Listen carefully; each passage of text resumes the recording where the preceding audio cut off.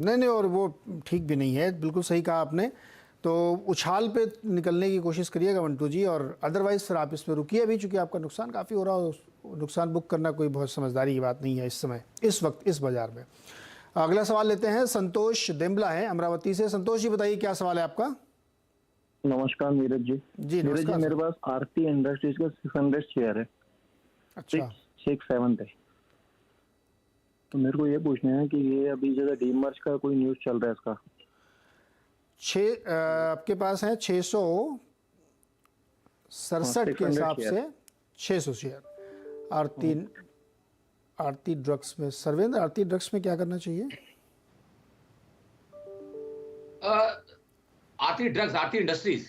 Drugs, drugs है ना okay भाई। Okay okay. नहीं ड्रग्स नहीं है।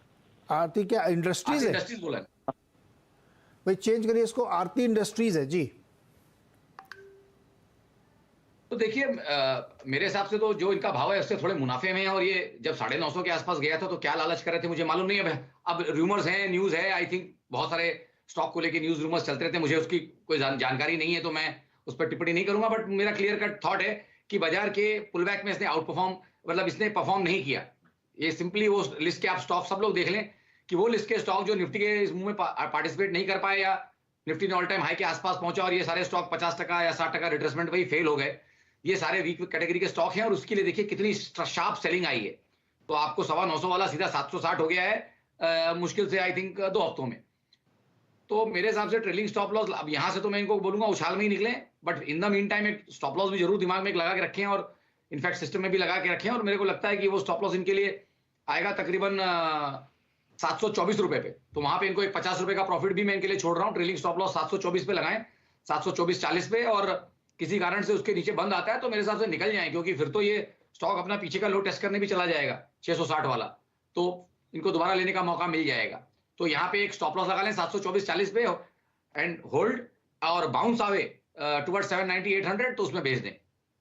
जी, तो ये राय बनती रही है। और जो इसमें फार्मा कारोबार अलग करने की बात चल रही है, वो चल रही है, कब होगी, लेकिन चार्ट पे जो रीडिंग दिख रही है सर्वेंद्र आपको, उसके हिसाब से राय दे रहे हैं। योगेश हमारे साथ हैं नासिक से। योगेश जी बताइए क्या सवाल है आपका। योगेश जी आपको आवाज़ आ रही हो तो सवाल पूछिए सर। अच्छा, योगेश जी का फ़ोन कट गया है, तो हम दूसरा सवाल ट्विटर से ले लेते हैं, क्योंकि ट्विटर भी बहुत सारे लोग सवाल पूछ रहे हैं। अभिषेक गर्ग का सवाल है, और इन्होंने जून के महीने में 500 शेयर खरीदे थे IDFC फर्स्ट बैंक के 30 रुपये के भाव पे। अब ये हो गया 47 रुपये। आगे क्या होगा इसका, और ये 1 साल तक इसको होल्ड कर सकते हैं, बताइए। देखिए बैंक निफ्टी पे भी रुझान थोड़ा वीकी है, और मेरे हिसाब से शायद जो भाव इन्होंने बोला उसमें इनको एक डिसेंट प्रॉफिट हो रहा है।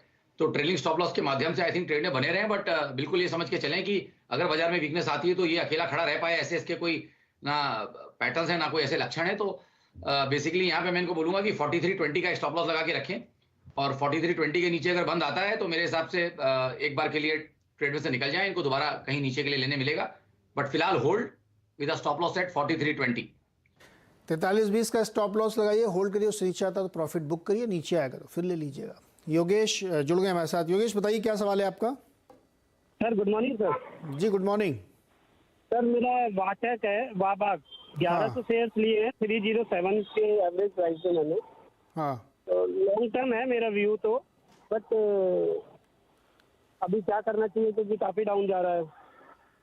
सरवेंद्र जी VA टेक वाबाग लॉन्ग टर्म का व्यू तो है, लेकिन नीचे है, थोड़ा सा चिंता हो रही है। देखिए कल का जो बंद है इसके लिए इंपॉर्टेंट है, 4-5 क्वार्टर से गिर रहा था, और फिलहाल अगर देखें और अज्यूम करें कि आज ये क्वार्टर का लास्ट डे है, अगर ये अज्यूम करें तो अभी तक तो फिलहाल इस क्वार्टर में तो इसने एक पॉजिटिव क्लोज लाने की कोशिश कर रहा है, और अभी इसका कैंडल जो है वो ग्रीन है। तो आई थिंक इस क्वार्टरली क्लोज के बाद डेफिनेटली यहाँ सेटअप बनेंगे। स्टॉक वैसे भी चला नहीं है, और it's a rank under performer, तो काफी दिन से कंसोलिडेट हो रहा है, बेसिंग आउट के पैटर्न्स तो बन रहे हैं, बट उनके ब्रेकआउट अभी दूर हैं। तो आई थिंक क्लियर मोमेंटम तो इसमें आएगा जब ये 290 300 को क्रॉस कर लेगा। जब तक वो नहीं करता तब तक आई थिंक 240 से लेके तकरीबन 300 की यहाँ रेंज बनी रहेगी। उस रेंज को अगर ट्रेड करने की कोशिश करेंगे तो शायद थोड़े पैसे बन जाए। और जैसे उन्होंने बोला इनके लॉन्ग टर्म व्यू है, लॉन्ग टर्म स्टांस है, तो अब खड़े रहे यहाँ से, तो निकलने जैसे तो कोई पैटर्न है नहीं कि कोई ऑलरेडी स्टॉक चला नहीं है, तो बहुत ज्यादा शायद गिरे नहीं, और टुवर्ड्स द लॉन्ग टर्म 12-18 महीने प्लस का अगर होराइजन रखेंगे तो थोड़े पैसे यहाँ इनके बनेंगे। चलिए, तो उसमें थोड़े पैसे बन सकते हैं, ये स्ट्रेटजी आपके लिए, बीच में आप ट्रेड करते रहिए। अच्छा, अब एक सवाल है ज्योति का। इन्होंने निफ्टी के 16,800 वाला पुट बाई किया है 190 पर, और LTI का 4500 की कॉल खरीदी 205 पे। अक्टूबर एक्सपायरी है निफ्टी की, तो 13 अक्टूबर की एक्सपायरी इन्होंने ली है। बताइए सरवेंद्र जी। तो आई थिंक निफ्टी के ट्रेड में तो मैं इनको बोलूंगा कि एक 9440 के स्टॉप लॉस से जो इनका स्ट्राइक ये बोल रहे हैं 9440 के स्टॉप लॉस से उस पुट में मेरे ख्याल से निफ्टी में तो बने रहना चाहिए। और जहां तक रही LTI की बात, आई थिंक बाजार में प्रेशर है, तो मेरे हिसाब से आप ट्रेड में बने रहना तो चाहें तो बने रहे, लेकिन एक टाइट स्टॉप लॉस जरूर लगा के रखें। बहुत ज्यादा एक्टिव कवरेज में स्टॉक है नहीं, तो मैं उस पर लेवल्स नहीं दे पा रहा हूं, बट आई थिंक ध्यान रखें उस ट्रेड का और टाइट स्टॉप लॉस जरूर लगा के रखें। टाइट स्टॉप लॉस लगा के रखें मार्केट